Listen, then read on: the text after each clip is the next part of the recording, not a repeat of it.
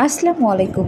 লাউয়ের মাখানো ঝোল এইভাবে রান্না করলে আপনি প্লেটের ভাত পুরোটাই চেটেপুটে খেয়ে ফেলবেন। আজকে আমি লাউয়ের মাখানো ঝোল রান্না করে দেখাবো একদমই দেশীয় স্টাইলে। একদম প্রত্যন্ত গ্রাম থেকে কচি লাউ নিয়ে এসেছিলাম, একদমই টাটকা ছিল। আর লাউটাকে আমি টুকরো টুকরো করে কেটে নিয়েছি, তারপর পরিষ্কার করে ধুয়ে নিয়েছিলাম। এদিকে চুলা একটা প্যান বসিয়ে দিয়ে লাউগুলোকে আমি প্যানটার মধ্যে দিয়ে দিলাম। তারপর এখানে কিছু কাঁচামরিচ ফালি, পেঁয়াজ কুচি আর আস্ত রসুন কোয়া দিয়ে দিব। পুরো রান্নাটা একদমই দেশীয় স্টাইলে হবে। আমাদের সবসময় কিন্তু বিরিয়ানি, মাংস এগুলো খেতে ভালো লাগে না। আমরা যারা বাংলাদেশি তারা কিন্তু দিন শেষে বাসায় গিয়ে এই দেশীয় খাবারটাই খেতে চাই।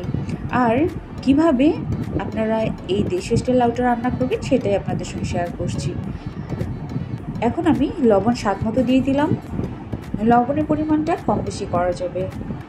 হলুদ গুঁড়া দিয়ে দিলাম 1 টেবিল চামচের মতো। লাউয়ে অবশ্যই কম হলুদ দেওয়ার চেষ্টা করবেন। লাউয়ের যেটা র কালার আছে সেটা দেখতে কিন্তু অনেক বেশি ভালো লাগে। এখন আমি একে একে করে বাটা মশলাগুলোকে দিয়ে দিব। তার আগে আমি তেলটা দিয়ে নিব। তেলটাও আপনারা পরিমাণ মতো দিয়ে দিবেন। এটাও কম বেশি করা যাবে, তাই আমি পরিমাণটা উল্লেখ করিনি। এখন আমি বাটা মশলাগুলো দিয়ে দিব। আদা বাটাটা একটু বেশি করে দিব। এখানে 1.5 টেবিল চামচের মতো আদা বাটা দিয়ে দিয়েছি, আর রসুন বাটা 1/2 টেবিল চামচ দিয়েছি। যেহেতু আমি আস্ত রসুন কোয়া আগে দিয়ে দিয়েছি, তাই রসুন বাটাটা একটু কম করে দিয়ে দিব। এখন আমি সবগুলোকে একসঙ্গে ভালো করে মাখিয়ে নেব একটা হাতার সাহায্যে। যেহেতু লাউ থেকে পানি বের হয়, তাই আমি প্রথমের দিকে লাউয়ে কোনো পানি না দিয়েই লাউ থেকে যে পানিটা বের হবে সেটার মধ্যে লাউটাকে আমি ভালোভাবে কষিয়ে নেব। ধৈর্য সহকারে এভাবে লাউটাকে কষিয়ে নিতে হবে 5 থেকে 6 মিনিটের মতো। তারপর ঢাকনাটি দিয়ে ঢেকে দিব। লাউয়ের যে পানিগুলো আছে অবশিষ্ট সেটাও বের হয়ে আসবে। কিছুক্ষণ পরে ঢাকনাটাকে তুলে ফেলবো। ঢাকনাটাকে আমি তুলে একটু নেড়েচে দিয়েছিলাম। ঢেকে দিয়ে আমি 1 মিনিটের মতো রান্না করে নিয়েছিলাম। তারপর ঢাকনাটা তুলে নিয়ে এখন আমি একটা হাতের সাহায্যে লাউটাকে ভালো করে কষিয়ে নেব। এভাবে লাউ রান্না করলে লাউয়ের যেটা র ফ্লেভার আছে এবং একটা যে কাঁচা কাঁচা গন্ধ আছে সেটা কিন্তু একদমই থেকে যায়।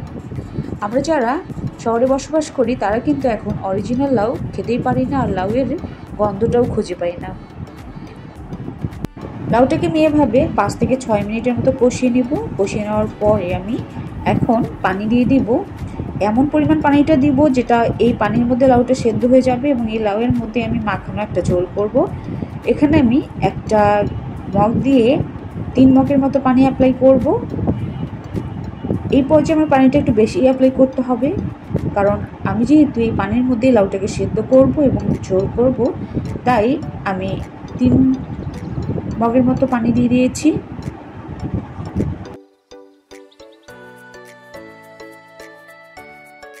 তারপর লাউটাকে আবার একটু হাতা দিয়ে নেড়ে চেড়ে দিয়ে আমি এখন ঢাকনা দিয়ে লাউটাকে ঢেকে দেব। ঢাকনা দিয়ে ঢেকে দেওয়ার পরে লাউটাকে কিন্তু কমপক্ষে 10 মিনিটের মতো রান্না করতে হবে, আর মাঝে মাঝে ঢাকনাটা তুলে লাউটাকে নেড়ে চেড়ে দিতে হবে। এতে লাউগুলো সমানভাবে সেদ্ধ হবে।